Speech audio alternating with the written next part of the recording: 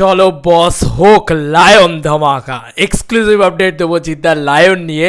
বন্ধুরা, Ryan Rafi post করে দিয়েছে শাকিব খান অ্যান্ড জিদ্দা বিগেস্ট ধামাকা, উইচ ইজ অ্যামেজিং লাগছে, ভীষণ ভালো লাগছে। পুরো বিষয়টা আমি শেয়ার করবো থ্যাঙ্কস টু সুরজিৎদা ভাই। জিদ্দার সত্যিই পাগল ফ্যান।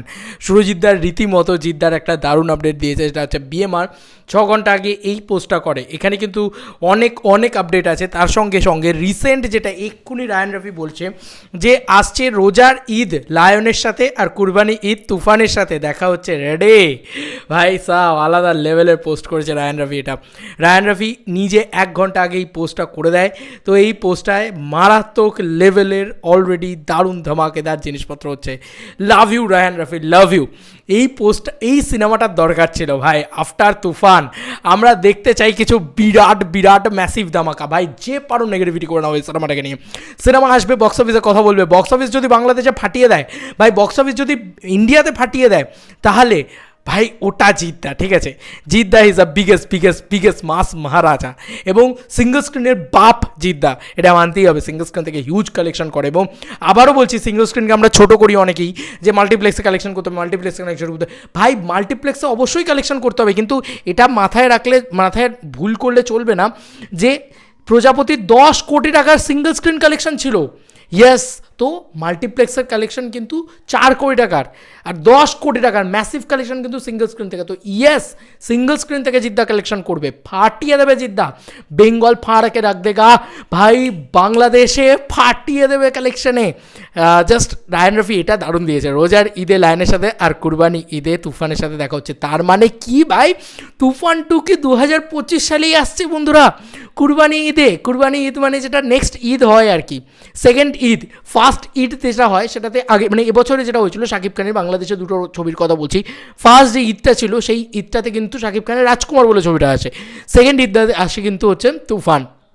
তো ঠিক তার 1 বছর বাদেই তুফান 2 আসছে, মানে কুরবানি ঈদে তুফান 2 আসছে। আর মেন যে মানে রোজার ঈদ যেটা, সেটাতে লায়ন আসছে এবং একই সঙ্গে 2 দেশে রিলিজ পাবে। দেখো, যৌথ প্রযোজনার ছবি ভাই। এর আগে মানুষ ছবিটার বক্স অফিস নিয়ে অনেকে কথা বলতে পারে, ভাই মানুষ ছবিটা কিন্তু একই দিনে 2 দেশে রিলিজ পায়নি। যদি পেতো না বাংলাদেশের সঞ্জয় সমাদারের সিনেমাটা ফার্স্ট ডেতে রিলিজ, গ্যারেন্টি বলছে ওই সিনেমা দারুণ, যা ব্যবসা করেছে বাংলাদেশে দ্বিগুণ ব্যবসা করতো। মিলিনিও আমার কথা। যাই হোক, এইটা হচ্ছে রায়ান রফির বক্তব্য ছিল, একদম লেটেস্ট আপডেট। এবার এই লায়ন রিলেটেড আমরা কিছু আপডেট দিয়ে দিই। জিৎ শরীফুল রাজ অভিনীত লায়ন ছবির চিত্রনাট্য লিখছেন রায়হান রফি এবং নাজিম উদ দৌল্লা, পরিচালনা রায়হান রফি। এবার আমরা একটা করে আসি। পুরো বিষয়টা কিন্তু বাংলাদেশ থেকে অপারেট হবে, এটুকু বোঝা যাচ্ছে। রায়হান রফি, জিৎ, শরীফুল রাজ প্রজেক্টে যত আপডেট। সিনেমাটির ওয়ার্কিং টাইটেল লায়ন, মোট 3টি পার্টে নির্মিত হবে এই সিনেমা। চিত্রনাট্য লিখছেন নাজিব উদ দৌল্লা অ্যান্ড রায়ান রফি। বন্ধুরা, 3টে পার্টে, মানে এই সিনেমাটা 3টে পার্টে আসবে, 3টে পার্টে। ওয়াও ভাই, এটা first part, lion part 1। This is the lion part 1, the beginning.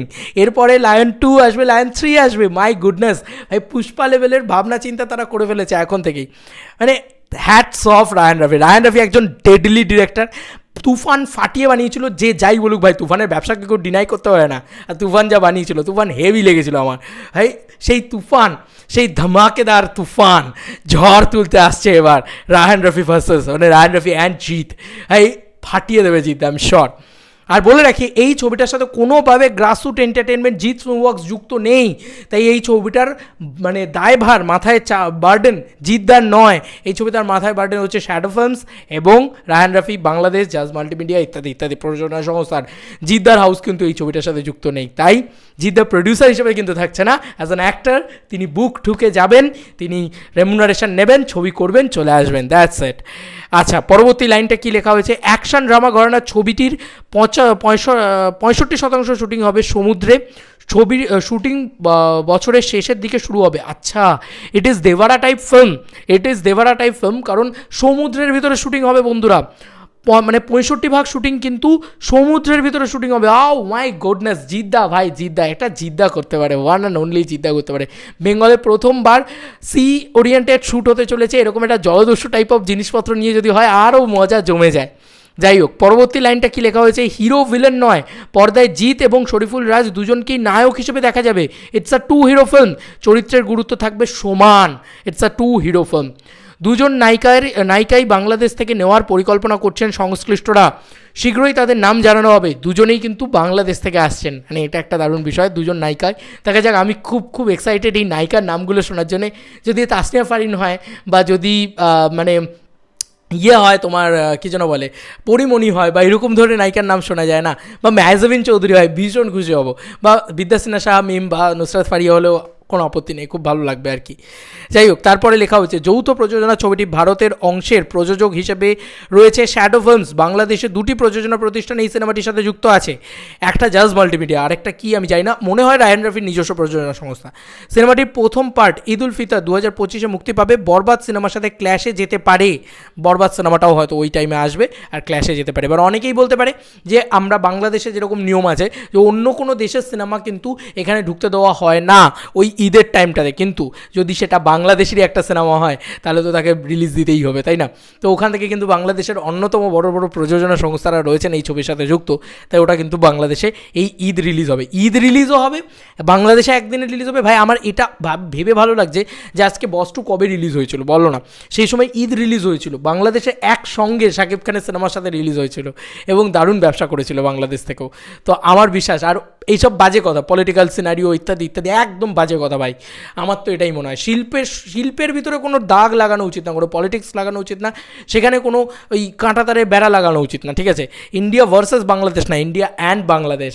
We love you জিদ্দা, we love you Raihan Rafi, ফাটিয়ে দাও গুরু।